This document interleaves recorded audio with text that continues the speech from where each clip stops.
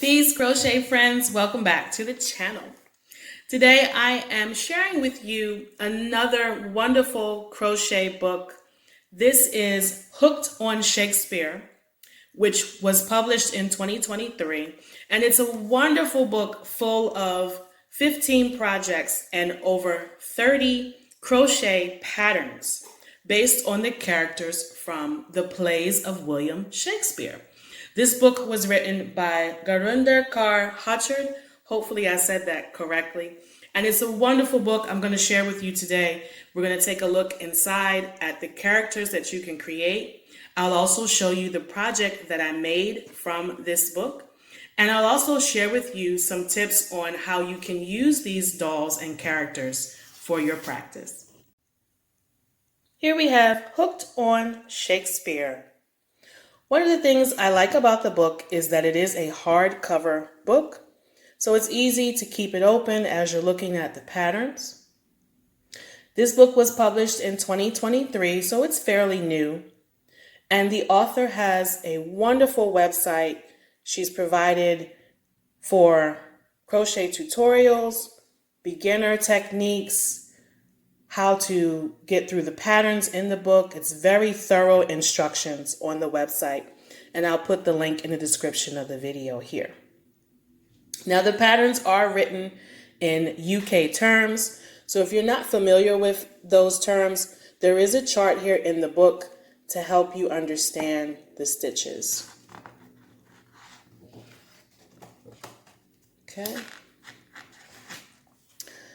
And the first set of dolls is from the play Romeo and Juliet. I love the fact that the design in the book has been done so it looks like an actual stage set for the play.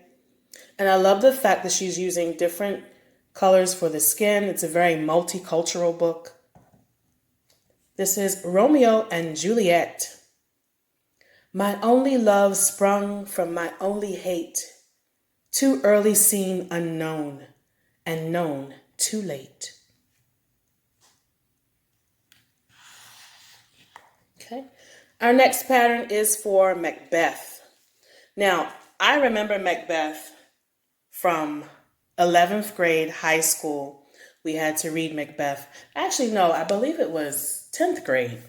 And I had a wonderful English teacher, and she really hyped up the play and got us really excited about Shakespeare. And we read the book, and then we were preparing to watch the movie. And I just remember everyone in the class being so excited because we got to see all this scandal and betrayal and murder and people's heads getting chopped off in Macbeth, right? So here we have one of the witches from the story. I like the fact that she is using this dark gray, the gray in the skin tone, to make her look very ominous. And I love the details here in Macbeth's tartan scarf here, the red hair. And our quote from Macbeth is, "By the pricking of my thumbs, something wicked this way comes." Now, throughout the book, the characters or the dolls, she is using wire on the inside. And I also appreciate the fact that the crochet figures have actual feet. So I did make one of the characters from the book. I did Titania, which is the fairy here, from A Midsummer Night's Dream. And I'm going to show her to you when we get to the end of the video. But I did not use the wire, so I'm assuming that if you do use the wire, the dolls will stand up on their own. Okay? But I love the details. Little flowers here. This intricate pattern for the wings. And again, we have them in the setting of the woods and the trees in the background. Okay? Our next play is Antony and Cleopatra.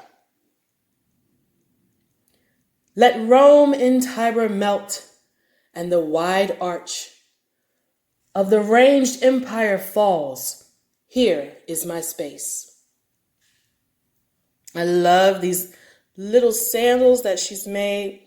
The patterns do call for a 2.5 crochet hook, and she's also using 6mm safety eyes here. And you can tell she's even put like little details for the white part of the eyes. There's eyebrows. I love these braids for Cleopatra. Gold details in the jewelry. It's a lot of thought put into the design of the dolls. Okay, here we have Hamlet. Something is rotten in the state of Denmark. And the ghost here from the Hamlet play is all gray. It's a good detail. And we have Hamlet here holding the skull.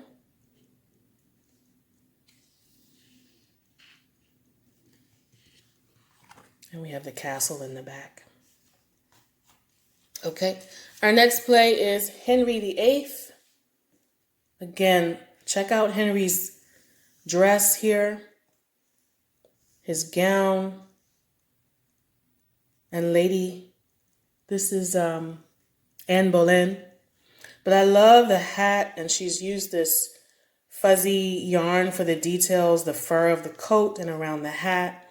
I love the beard, the gold chain here, even the little buttons down the jacket. Love thyself last. Cherish those hearts that hate thee.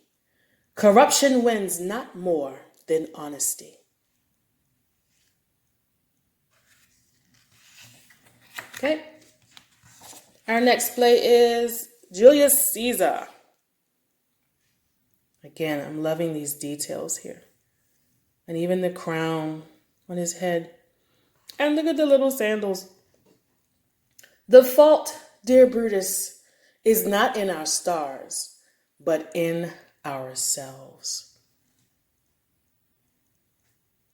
Yeah, I think the dolls will stand. I'm making an assumption, but I think they might stand. Okay. Next is King Lear. Again, I love the details of the crown. And we have the jester here with his hat as well. When we are born, we cry that we are come to this great stage of fools.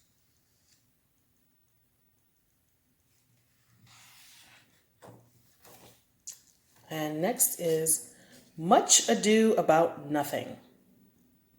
Again, look at the stitching here. Very cool. But then there was a star danced, and under that I was born.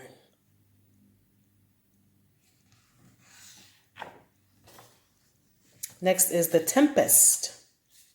The Tempest pattern has 3 characters here. We are such stuff as dreams are made on, and our little life is rounded with a sleep.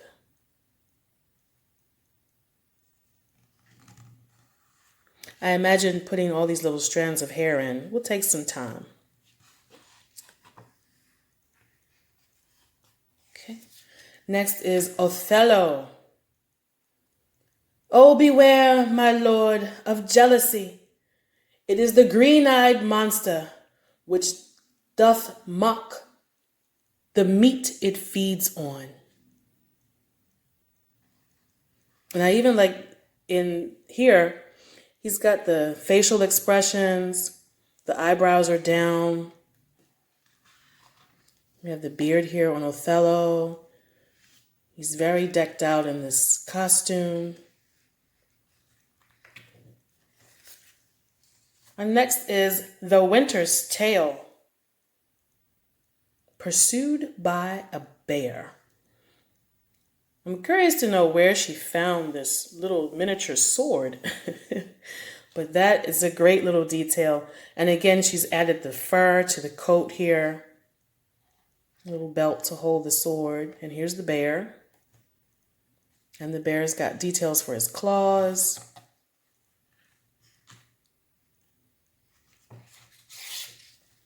Next is The Merry Wives of Windsor. O powerful love, that in some respects makes a beast a man, in some other man a beast.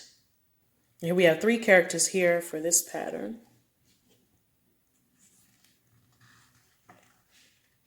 I love that headdress she has on and the gown here and how it's just open just a little bit as if she had like a button. And then we have the collar here on his shirt. Lots of attention to detail. And then the setting here, we have the candles lit and the bottles. Looks like they're in a hall or a castle. Next we have Twelfth Night. If music be the food of love, play on. We have this headdress, the crown on her head, dress.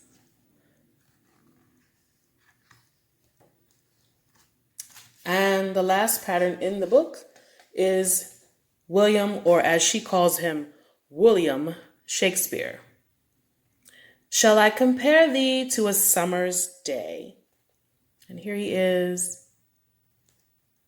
Again, I love the collar, the details here on the sleeve.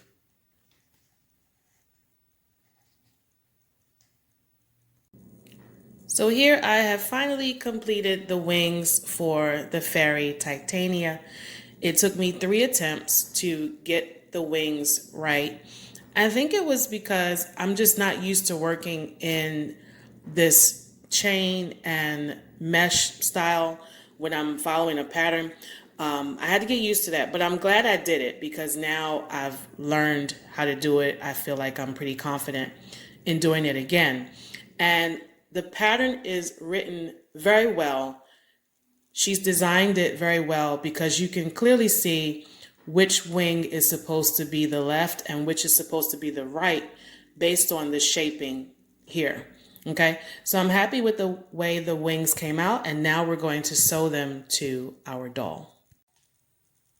Okay, so here we have our finished fairy Titania from the play A Midsummer Night's Dream. And she's finished. I am so happy with her. Isn't she cute? And I am just loving these wings. I did them with cotton yarn. It's a variegated multicolored cotton yarn from Hobby Lobby that I found. If you guys watched my Hobby Lobby haul, you saw me buy the yarn at the store. And so that's what I used. And I am just loving the way that it came out. So yeah, here's the wings. The finished doll is about 8 inches high. And now what happened is the belt here did not come out as planned. It doesn't look the way it does in the pattern. I don't know what happened. I did the best I could. So these little leaves, they're supposed to be leaves and they're supposed to be longer. I did work the doll from the feet up, and the arms were the last things that I attached, okay? We did use safety eyes here, and I just stitched in her mouth. The crown does come off, and it was very easy to follow the pattern for the crown. Now, in the book, she does have hair that is kind of attached to the sides, on both sides, but I decided not to do that. It was just easier to give her a ponytail. So that's what I did. But she is cute. Look at that. I'm loving the colors that I chose. Yeah. Okay. So one of the reasons I chose Titania, the fairy, from the book is because I've been painting fairies for a while. I crocheted a few mermaid dolls recently, and I wanted to crochet a fairy. And mainly because I wanted to do these wings. And I figured once I master the wings, I can use them in a future project and, I can use them again. But yeah, look at her. I am loving it. All right, so let's talk about now what we can use these patterns for. If you are a teacher, or even if you have some type of organization, a church, or maybe you're teaching something about crochet, You could use these characters in like a puppet show. You could, if you have an art teacher, or maybe you are the art teacher in your school, you could have your students make each character and then maybe take them to the English teacher, and you guys could put on a play. You could put on one of the Shakespearean plays. You could also use this to teach costume design, because like I showed you in the previous slide, earlier in the video, there's a lot of Victorian details that are in the costumes that you can crochet. The collars, the sleeves, the gowns, the crowns, all those things can be used in any type of project, you know. But I would definitely consider maybe some type of puppet show or putting on some type of play using these characters, all right? Okay, so here is Titania, and I'm just loving her wings. Okay, guys, leave me a comment. If you like the video, please subscribe and like. I will be back with another review and more tutorials. We'll do some more fun things. I'm loving making these dolls and sharing them with you. All right, peace. Make sure you check out the book, Hooked on Shakespeare. Peace to you guys.